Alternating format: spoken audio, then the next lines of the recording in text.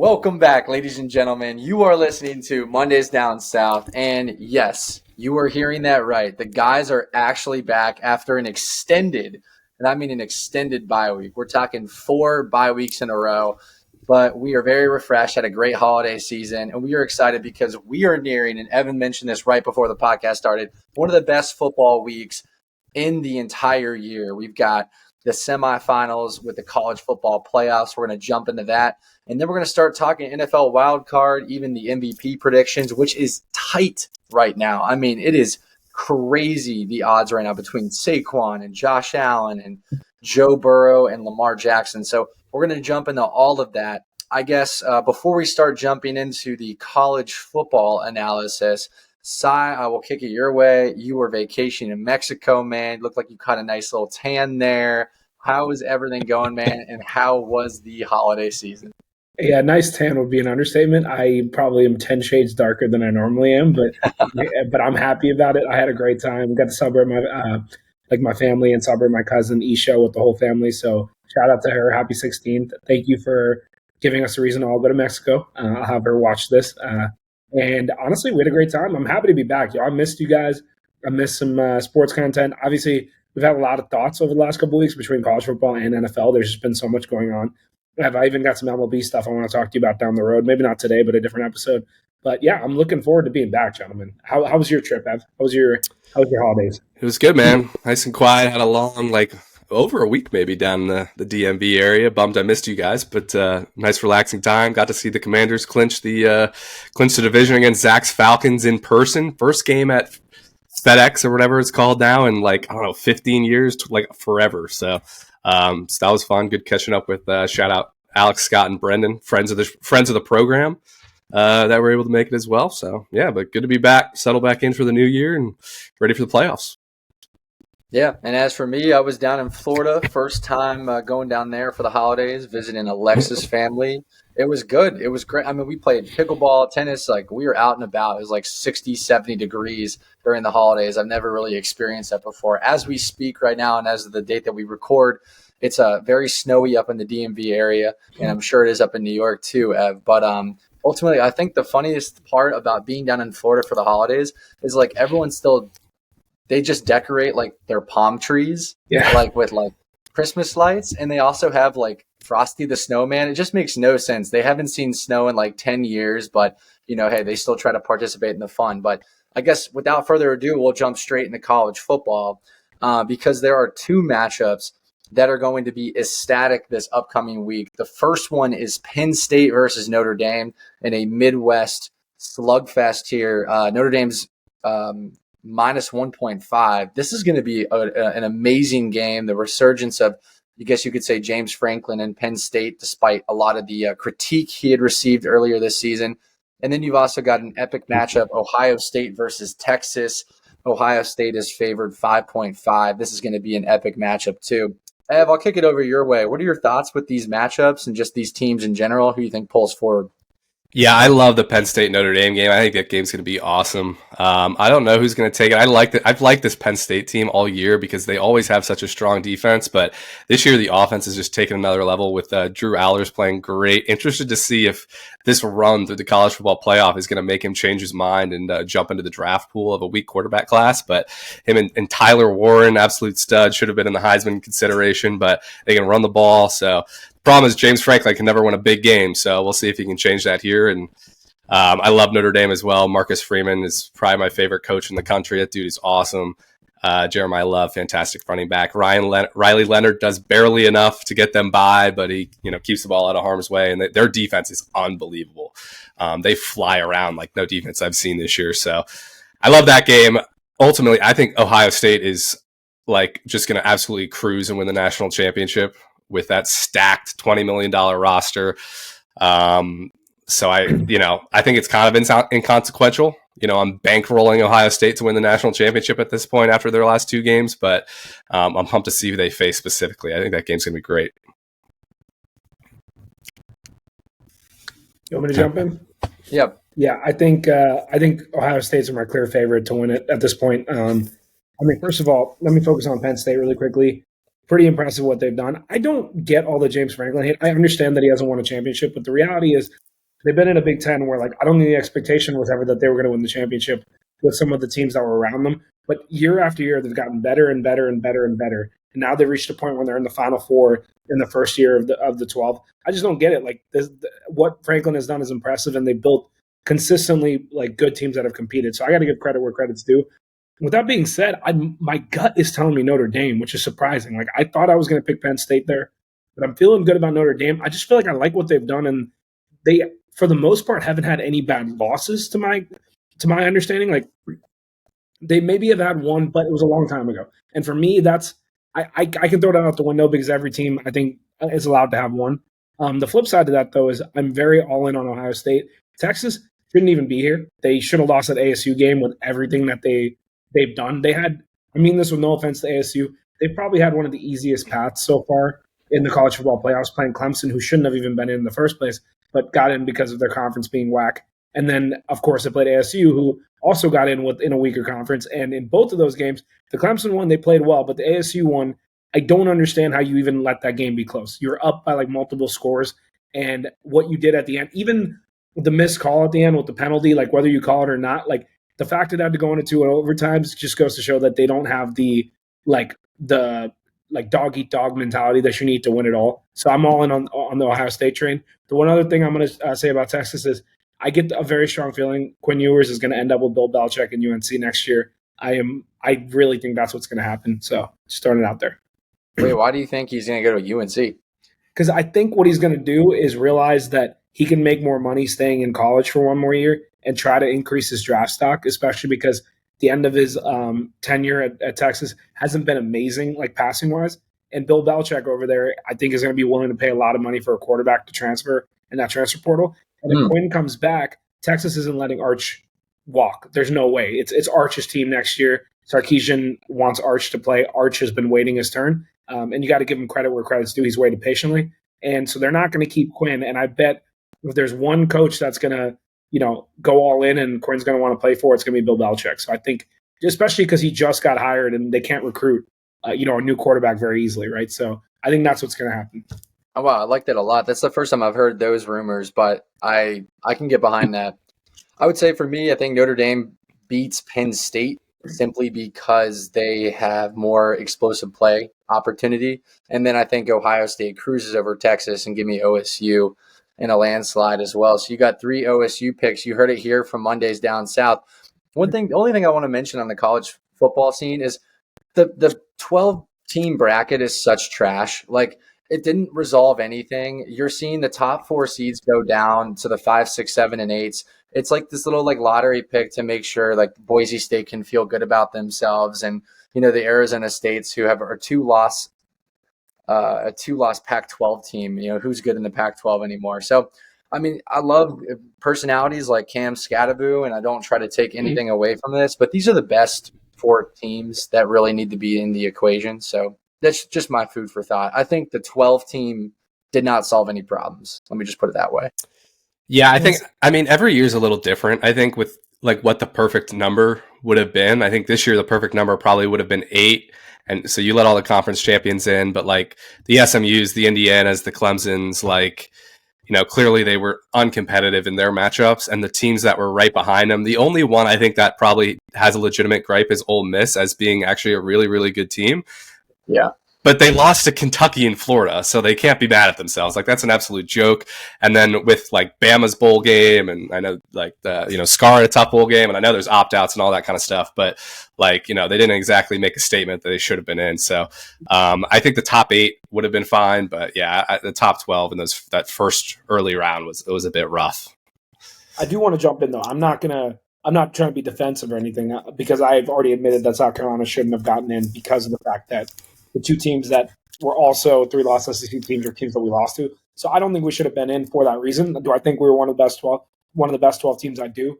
But I definitely don't weigh whether a team should have been in or not based on their bowl win or loss, because the reality is you don't really know if you're getting the best version of that team. You have coaches out like leaving, you have guys sitting out. Like that's not really a fair metric of how good that team would have been in the college playoffs. Like I can speak for South Carolina saying we're missing 3 of our 4 best players in that game. Like obviously, like that's not the version of South Carolina you saw at the end of the year that went undefeated in the second half. So I'm sure the same applies for other teams that did get in and didn't get in. So I'm not using it as an excuse. I just don't think that's the best benchmark of whether a team should have been in or not. The issue that I have is you can't really change this because you have to let conference champions in. But with the NCAA increasingly moving to these conferences that are like super conferences in both the SEC and the Big Ten, it's kind of ridiculous because you obviously can't change that the whole getting conference champions in, but it's not a really fair metric for who the best teams are, right? Like the fact that Clemson got in was purely based on ACC. We're talking about a team that could have lost 4 games and gotten in because they played in a super mid conference with no competition, right? Like this is probably why Bill Belichick went to UNC. He's like, I can go there, like lose 3 games and easily make the college playoffs. It's just ridiculous. So that hopefully at some point they'll figure out some kind of a system that's more fair. And that's not just me having SEC bias saying like we should have more teams. That's me saying like, I mean, SMU, like I got one of my best buddies goes to SMU. I'm not trying to be disrespectful, but if you lose a game, you should not be in. I'm sorry. Like Clemson shouldn't have been in, but they won the ACC championship. So what can you do? I don't know. That's the way I look at it. And Boise State, are you kidding me? Like the Ashton Jonty is amazing, but like, come on, man. Like, I don't know. They actually put up a decent fight. That game wasn't like a complete blowout. It ended up by 14, but at the end it looked closer than it was. Well, but the reason you let in a G5 is so you can silence all the people that like are like, oh, we don't get a chance kind of thing, which is totally fair. So you let them in and you let them lose, and then they lose that argument. So I think it works out for everyone. That's why I think 8 would have been good this year. But how many years before you stop giving sympathy to people complaining that they're playing worse teams and they don't get it? Like, I'm not trying to be disrespectful, but like, there's an anomaly every now and then. But if we keep seeing this example every year where they just get in and they get trounced, like every year, like I don't know. I don't think that's a fair argument of the best teams in, but there's no perfect system, so yeah. I'm not going to. I mean, ultimately, the people that are building the super conferences are like, it's the same people that are ruining the conferences are the same people that are like kind of, I guess, I don't know, benefiting from it. So it's all a money grab. So it's if they wanted to ruin the conferences, then whatever. It's not my problem. So college football is so whack with the conference. It's just going to get even more hysterical. But speaking of smaller schools, we had talked about Boise State and staying up in that area. We have a player from the University of Wyoming that is actually in the running for an MVP. Maybe that's a good transitional topic here with the MVP race. Josh Allen, Lamar Jackson, Joe Burrow, and then Saquon Barkley. I'm curious to get y'all's thoughts on who do you think deserves to win it. Stats are important, right? But then the eyeball test is important as well. Maybe you factor in the fact that they took their team to the playoffs as opposed to some of the other candidates didn't. Ev, I'll kick it back over to you, and I want to get your initial thoughts on who do you think deserves the win, and I guess where your money will be if you throw some cash down. Yeah, this is a really difficult MVP race because if you look at the stats, much to the contrary of what a lot of the national media has been talking about, more so in the prior month, not as much more recently, but like Lamar actually has better stats pretty much across the board than Josh Allen does. But obviously the MVP award isn't like, it's not a stats based thing. It incorporates the word value for a reason, because value can be different than who's putting up the most stats. Like Joe Burrow is a good example. Like Joe Burrow couldn't even lead his team to the playoffs. And I'm not trying to knock him, but like if you can't lead your team to the playoffs, you're not even in the conversation for me. But like, so I definitely think it's those two guys, to be clear. And it's really tricky because Lamar is almost in that territory of like, he's so dominant every year and probably should win it almost every year. Almost like Jokic was for a while, and then the Embiid people like had to get him one. Like it's kind of like a similar discussion, but Dan Orlovsky made a really good pitch for Josh Allen. I don't know if it was yesterday or earlier this week, pointing out some of the like deeper analytics in terms of, which I think basically pointed to the Bills like run less plays, which kind of jacks up Jackson's stats relative to Allen. So It's really tough. I think Lamar should probably win it, honestly. But I want Josh to win it, and I do think Josh is going to win it. Actually, I'm torn. It's 50-50 right now, but I do think there's a national push to have Josh win it, just based on the primetime games he gets, like some of the narrative out there. So, it's not always fair, to be honest, but, we'll see. Yeah. I actually think this one's easy for me. And it's me saying it's easy isn't a knock against the other people who don't win. The seasons they've put up are absolutely incredible. Lamar deserves all the credit in the world and then some because he's only elevated year over year. I will say last year's MVP race was a bit weak, but he clearly was the best player and he was clearly deserving. And his first one was a no question. If he won this year, obviously I wouldn't be, taken aback or anything. It makes sense. His statistics are incredible and he's a playoff team. But to me, it's Josh Allen because even though Lamar's in the playoffs, even though Saquon's in the playoffs, and those two have been undeniably incredible. You guys know how much I love Saquon and I love Lamar as well. I've actually been more critical of Josh than most of you guys. And I love Josh too. It's just more that I haven't seen him win the big one in the playoffs yet, right? So I've been critical. But this year, the Bills lost so much. They came into the season, and I don't think the expectations were that they were going to be this extremely high seed that easily won the division and whatever else. A lot of people picked like the Jets, which was just not a good pick. But a lot of people picked Jets and other things. And the reality is Josh Allen on a team that admittedly on paper doesn't look very good has made them look exceptional. If you take Josh off that team and you plug in, 95% of the other quarterbacks, they're probably not even going to have a winning record. And that's not a knock against the team, but like his best receiver, Shakir, who admittedly has had a great season, but it's not like a true number one compared to other teams. James Cook is a very good player. And their defense has been solid given the pieces that they've lost, but it hasn't been exceptional. Compare that to what Lamar has. He has Derrick Henry, who's having an incredible year. His receivers and tight ends are definitively better, and his defense is definitively better. And Josh won more games in the same conference. So for me, it's like statistics only tell you so much. And I'll as amazing as Lamar has been, this is Josh's year. And I'm not just saying that for voter fatigue. I'm saying that because he put a team on his back in a way that you don't see all the time. You got 3 Joshes here. This is, I guess, declared in Matrix as well. So we should probably take a look at this after the call. But I think from an eye test standpoint, Josh Allen wins it. Less talent around him. An incredible season for the Buffalo Bills. They're sitting at the 2nd seed right now. And but here's the thing though. Lamar won the MVP last year, and he accelerated forward. He threw for 4,000 yards for the first time in his career, eclipsed 40 touchdowns. He beat all of his stats from 2023 out of the water, and then some. He eclipsed 900 yards rushing. He was almost a 1,000-yard rusher just himself. I mean, the stats don't lie either. And here's another stat. He also was more accurate than Josh Allen for passes more than 15 yards at 67%. Josh Allen's was 63.6%. So when you look at the stats, Lamar is all over the page, and he is plus 180 in the MVP race. But I just think I like what Evan touched on with the value part, and I think that will go in Josh Allen's favor. Although you could also argue, now thinking about it, Lamar Jackson does play in the AFC North. And that is a crowded, loaded division, which they did win. So it's going to be really tricky. But if I could be a betting man, I would say Josh Allen. I think he deserves it.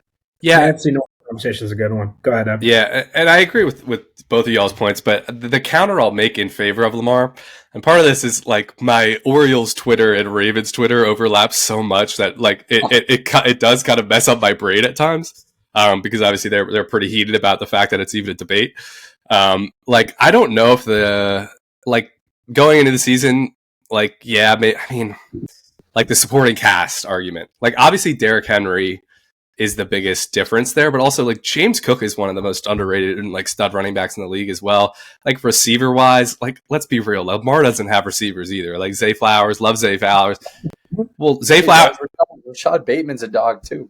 Come on, this is my point though. Everyone, all of a sudden is saying that Rashad Bateman is a dog because they want to use it as an argument against Lamar Jackson. Whereas before the season, everyone was like, dude, why is Rashad Bateman still the number 2 on this team? And guys like Shakir, they have a couple good tight ends. They got Amari Cooper and Keon Coleman, who's a stud. So I don't think the supporting cast is that much different. Obviously, Derrick Henry's, I think, the biggest difference. So I struggle with that one a little bit, but I do overall agree with the fact that it just feels like Josh Allen is like, he just carries them, kind of like Sai said. It's my ultimate lean, but it's to Zach's point. It's like very tough to overlook some of the stats and like some of that stuff that Lamar has on his side. So brutal decision this year. Brutal. I'm glad you brought up Burrow though, because that poor guy. I mean, if he had half a defense, this would have been his easy MVP year, and it would have gone down as one of the better quarterback seasons we've seen in a long time. That poor guy. Hey, the Bengals are such a fundamental piece of proof as to how you need to build football teams nowadays. Because it's like, I mean, can you name any like really good quarterbacks that aren't playing in the playoffs? He's really the only one. Like, I mean, if you want to make a Tua argument, but he was hurt for a while. Like, you know, he's like the only good quarterback that was healthy all year that's not playing in the playoffs. And it's because the Bengals pour all of their money into quarterback and wide receiver, and the rest of their team is absolutely terrible, and they're horribly coached. So to be fair, I'm not saying it's the right way to build a team. They've made a Super Bowl and beaten Mahomes in the playoffs, and then the year after beat the Bills in Buffalo and ended up winning another game, I think. So the fact they've made an AFC Championship and a Super Bowl has proven that at least, like, if they had won that Super Bowl, we would not be making this argument. That's all I'm saying. Pre-Burrow extension, I believe, though, right? Yeah. So I'm just saying that makes such a big difference. Their choice to draft Jamar Chase over like offensive lineman, for example, like they're not regretting it. Like they prioritize other things that maybe most teams shouldn't, but it's in a way worked for them. Clearly, they have a lot of work to do now that they've had to pay the guys. Well, and this is where it gets interesting because there's a lot of buzz on T. Higgins coming back now, and that the three of them are really working on staying together. And it's like, I mean, I know there's like talk of like, you know, restructuring and discounts or something, but you're gonna, I mean, I don't know what's Burrow at, 50 million. Like that's 100 million across those three guys. You think you're gonna be able to build a team around them? No chance. No chance. No way. It just depends on what you do with restructuring. Yeah, absolutely no chance. Anyways, I'm glad they're out. I hate the Bengals. I'm so happy we can stop talking about them. I love Burrow, but like, come on, man, that team is awful all year. Fair enough. All right, you guys want to jump into this bracket? We don't have to take a super long time with it, but I do want to know our picks and everything. It'll be fun to see how we break this down. Yeah, Zach and I were talking before. I love the NFC Wildcard matchups. I think they're so fun. The AFC Wildcard isn't as fun to me, but then the AFC divisional round is going to be absolutely fantastic. So where should we start with the AFC? Because they have the first three, Saturday and first one on Sunday. I love this bit going around. I don't know if you guys have seen it, that the Houston Texans, every year they make the playoffs, it's the Saturday 4:30 slot to like start it off. It's literally every single time, just because it's like, I guess they're not a good TV draw, and that's maybe the lesser of the spot since people are busy on Saturdays. But how do we want to do this? Does someone want to start with the Chargers Texans? Yeah, Chargers. I'm done. Keep going. Yeah, I mean, I think the Chargers are a way better team. The Texans are, you know, arguably not even a good team. No, they're awful. Let's make this. Yeah, I mean they have a good defense, but terrible. Yeah, they're pretty bad. So I'll take the Chargers as well, even on the road. Zach, are you on that? Struggling with this one, guys. Zach, I implore you to go watch film of the Texans the last like half of a season. They're legitimately a terrible team. Give me the Chargers. Give me the Chargers -3. Oh boy, the Chargers can really rush the passer too, which is a nightmare for the Texans this year. So I'm lucky they played in the worst conference in football this year, and our team certainly contributed to that to the worst conference in the division in the this year.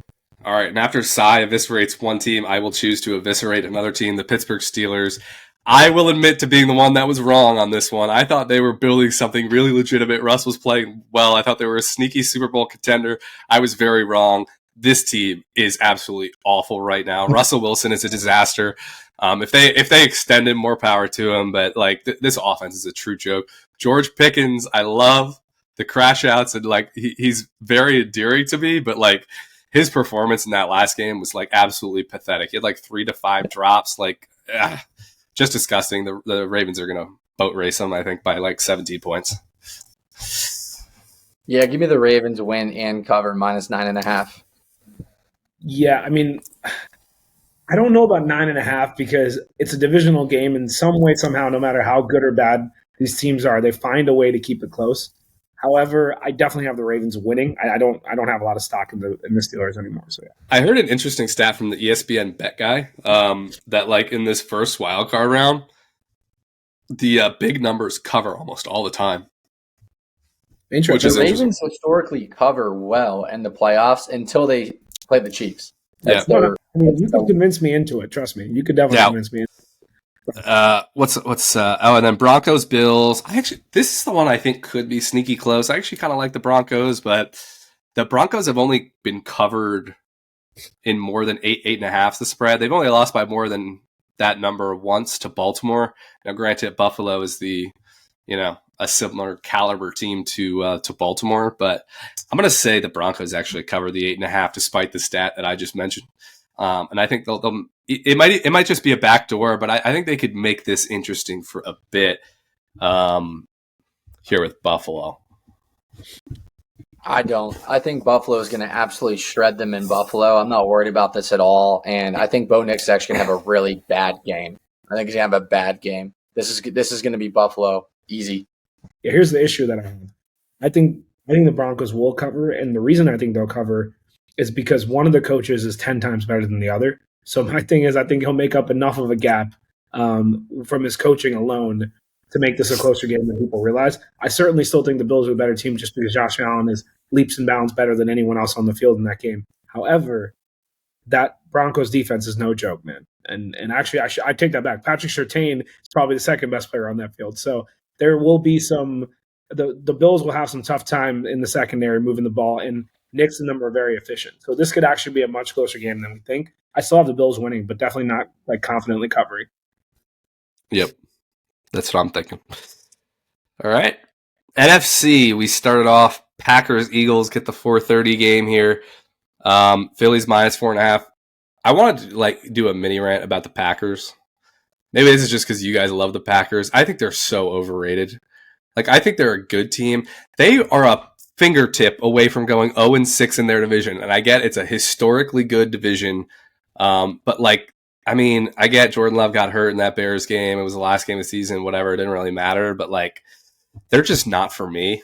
Now, with that said, Jalen Hurts, I think there's genuine concern about Jalen Hurts right now with how long this concussion has lingered, and he still hasn't broken protocol. So I think it's, possible this is a Kenny Pickett start here in the playoffs. I think it's still Hurts probably clears it, especially with the doctors pushing him out. And I think that's maybe why you only see Green Bay -4 or Philly -4.5, because they think there's a chance that Hurts doesn't go. So if Hurts is in, I'm going to say the Eagles just boat race him on the ground. Barkley has a big game. I think it's a blowout. Maybe not a blowout, but I think they'll cover that 4.5. But from a betting standpoint, if you're placing a bet today, I'm just saying I think there's a legitimate possibility that Hurts isn't cleared to play this game. So wait, is Jordan Love fully healthy? I haven't heard anything about it. So he's going to play, but he's got that elbow issue. Oh, how bad is it though? That's what I got to know. He came out of the game. He was throwing the football on the sidelines, but he was sidelined. I assume they were just probably being careful with it, just because they were like, "Oh, we're going to make the playoffs anyway, so why do we need to worry?" He's going to play, but he's not going to be fully healthy. Yeah, here's what look. I should pick the Eagles because overall they're probably the better team. But I've said from the get-go, assuming Love is even 85 to 90%. I believe in the Packers in the playoffs. They've proven it to me already a year ago. I understand divisionally it hasn't been the greatest, but you just admitted it was the greatest division we've ever seen. And the other best teams in the NFC are in their division, currently in the playoffs as well. So with that in mind, I'm taking the Packers, man. I think they'll go beat the Eagles on the road, especially if Hurts is rusty, with him not having played a couple weeks. I think they can do it. I really do. I got to stick with my guns. I'm not gonna switch up on a team that I felt good about. In terms of quality of victory, the Packers are way closer to the Commanders and the Rams and those types of teams than they are the other teams. They haven't really beaten a truly good team. They played. I mentioned the divisional teams, but they also played Philly and lost. The Philly game was like what? Fluke game, first game, horrible field. Yeah, I do think that game was a fluke game, but nonetheless, and that was an extremely close game. Not really. But again, fluke game, arbitrary game. Yeah. I'm going to say Eagles. The best bet here is like an alt spread of -2.5 because I think the Packers are going to keep it close. And I think this is actually going to be a higher scoring game than 24-20, which is what the over-under is showing is 44.5. I think this is going to be like a 30-27 game.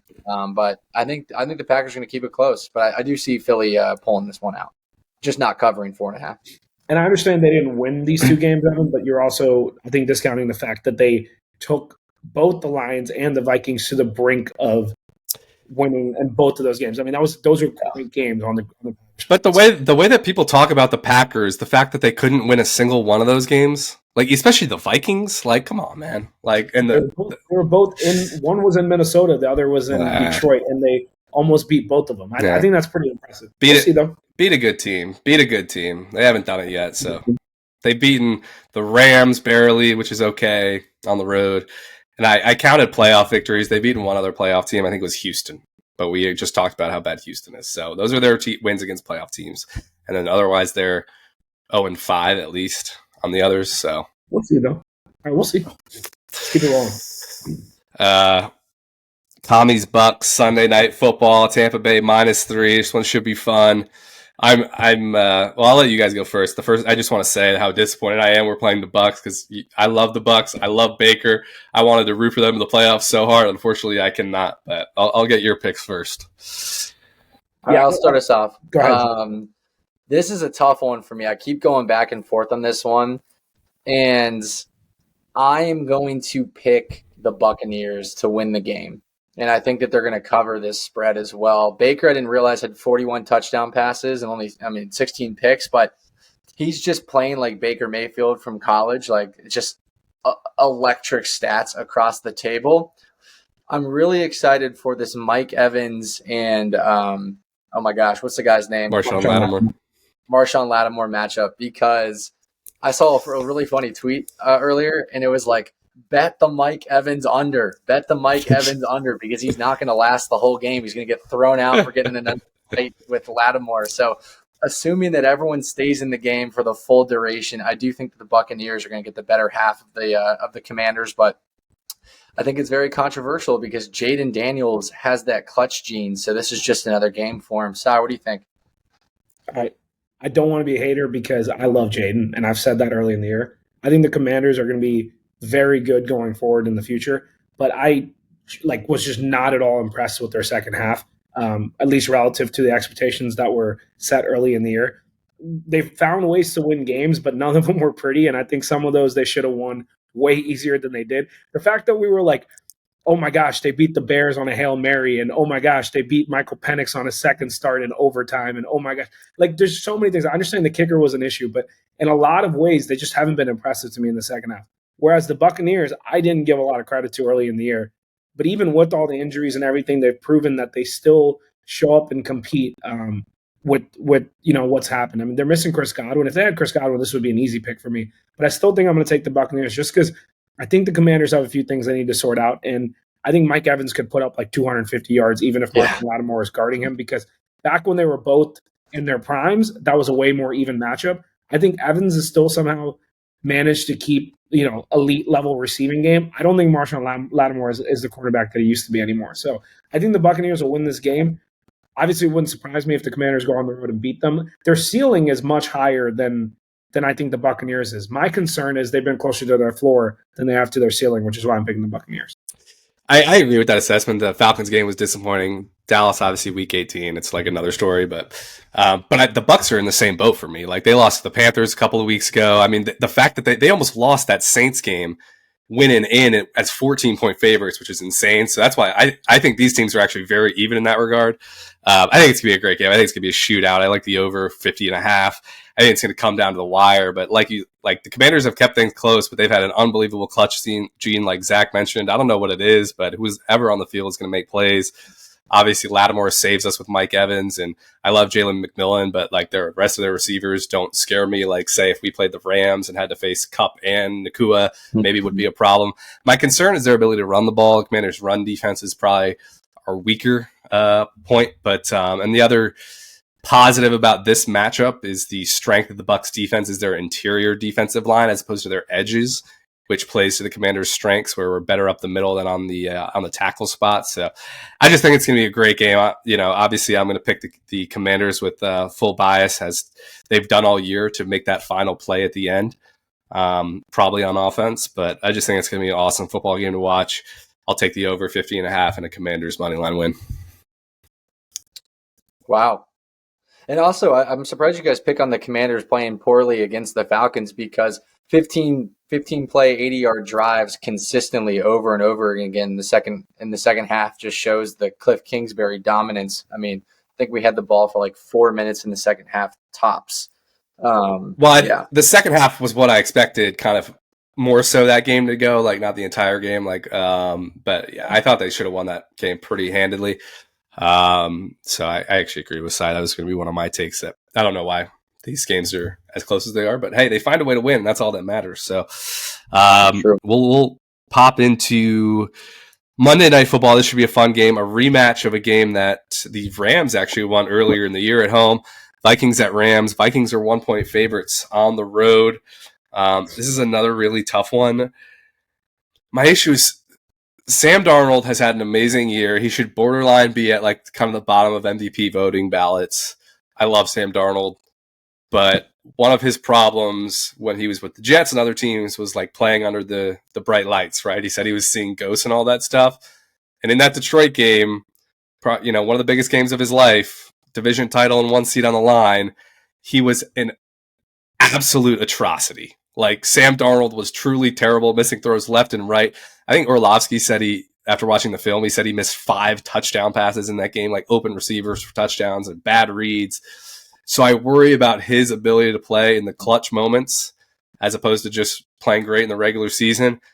And he's going up against a guy that I have absolutely zero questions about his ability to play in the clutch moments, arguably one of the best, playoff quarterbacks. Well, I guess you can't say that because he was on the Lions for most of his career and barely played in the playoffs. But he's in 3 years proven his ability to play in the clutch. So this is really tough because I do like the Vikings, but I just don't like how Sam Darnold played in that Lions game. Obviously, the Lions have a way better defense than the Rams, but I don't know. I don't like betting against Matt Stafford in these spots. So I think it's a winnable game for the Rams, and when that's the case, I'm going to put my money on Stafford. This one's an easier bet for me. I have Minnesota winning and covering -1. They have the better defense.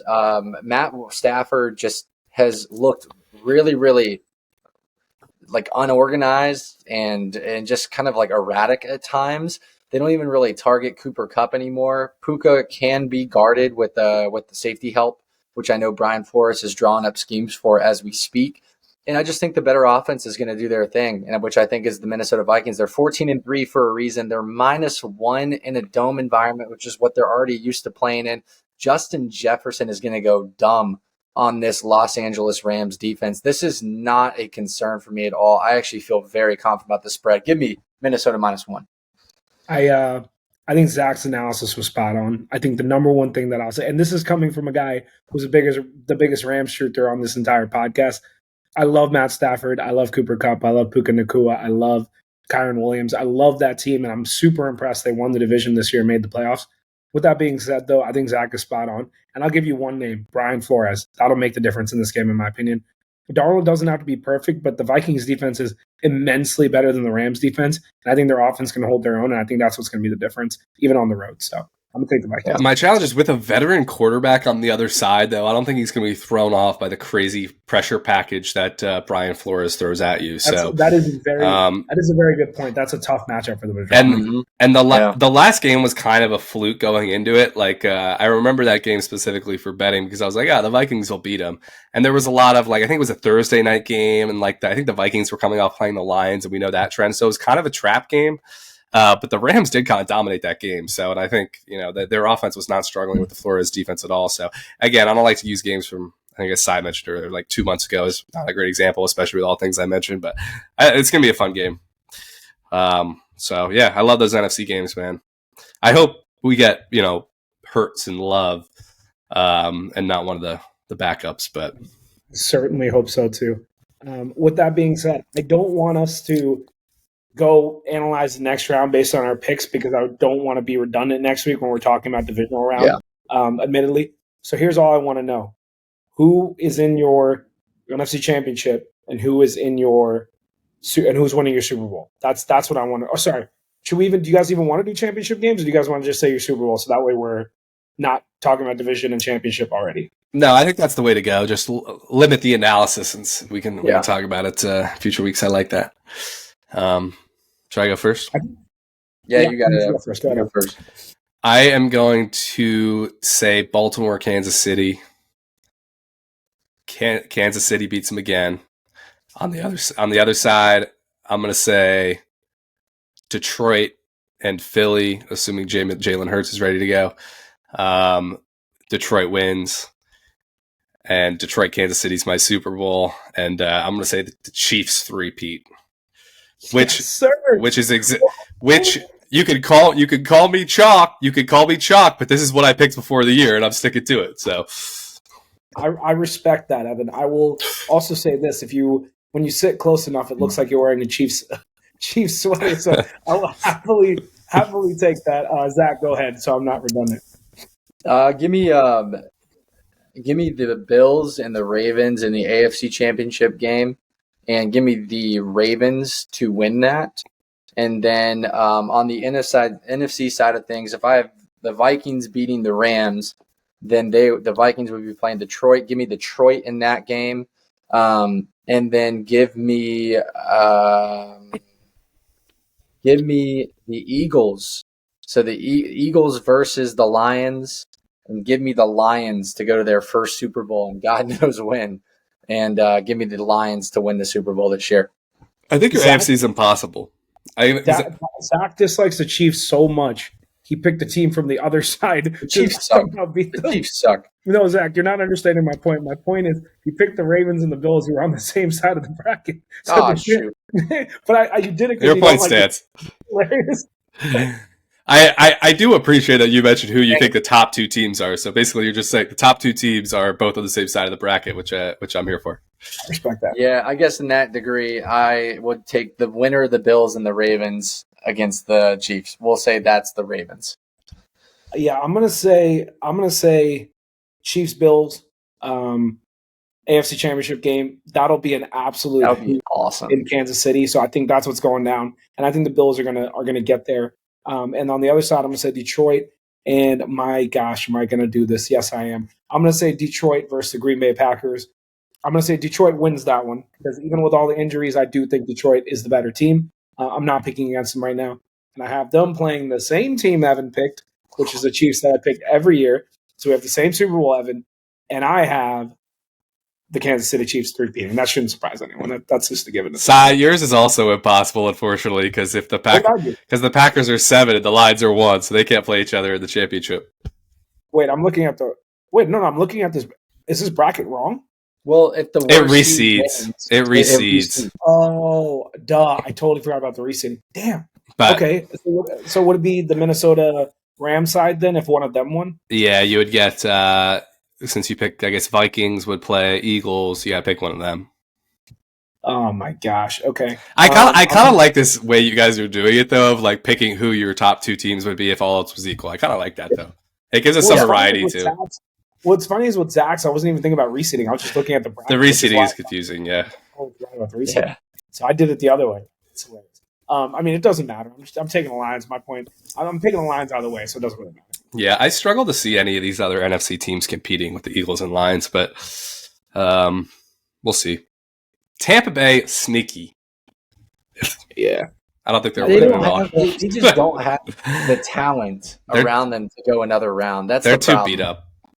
Yeah, I think the sneaky team for me is the Chargers with Harbaugh. I mean, just like they just find a way to be like methodical and kind of like pick teams apart a little bit. And I think that's kind of like, I'm not saying they're going to make a Super Bowl run this year, but like, for example, if I'm the Chiefs, that's a team I don't want to play. Like not because there aren't teams that are better than them, but it's a divisional team that I think could like keep it much closer and make it more scary at the end than even like a Ravens or Bills who they've beaten in the playoffs multiple years. So, yeah. Yeah, you draw to that divisional matchup, it's going to be tough. It's a tough I'm not worried about the Chargers. The moment they play in the cold, they're done. They're like the Dolphins. They're built. They're built to play in the cold, though. At least with their style of football. Like, does their personnel like playing in the cold? That's a different story. But Dobbins had a good game in the last game of the season, so they have their running back quarterback. I don't know. Yeah. Too many palm trees in Southern California. That's all I got to say. I'm hyped, bro. This is going to be a great playoffs. I love the way the brackets fell too, so I think we're in a good spot there. Yeah, we're gonna have a good time. Brackets gonna be fun. Love the brackets right now. Yeah, I think that's all we got today, gentlemen. You guys got anything else? No, we breezed through that pretty good. I love these playoff episodes, man. A lot less to talk about. We actually managed to stay on time for one. I know. Gosh, it's an editing job for me today. I feel like we need to stall and talk about nonsense, but no, our listeners will be very, very thrilled with a 45-minute episode. So it'll be shocked. I'm sure they're still listening. True. I guess without further ado, everyone enjoy the games. Yeah, thanks for tuning in. We will be more consistent here as the playoffs roll back around for sure. So don't lose track of us. And Super Bowl party still on. So New York City location TBD, but you have enough of a location to get it in your. I had a couple players there. Just get to New York. Yeah, exactly. Just get to the city. It'll be set. So, thanks again as always. That was Mondays Down South.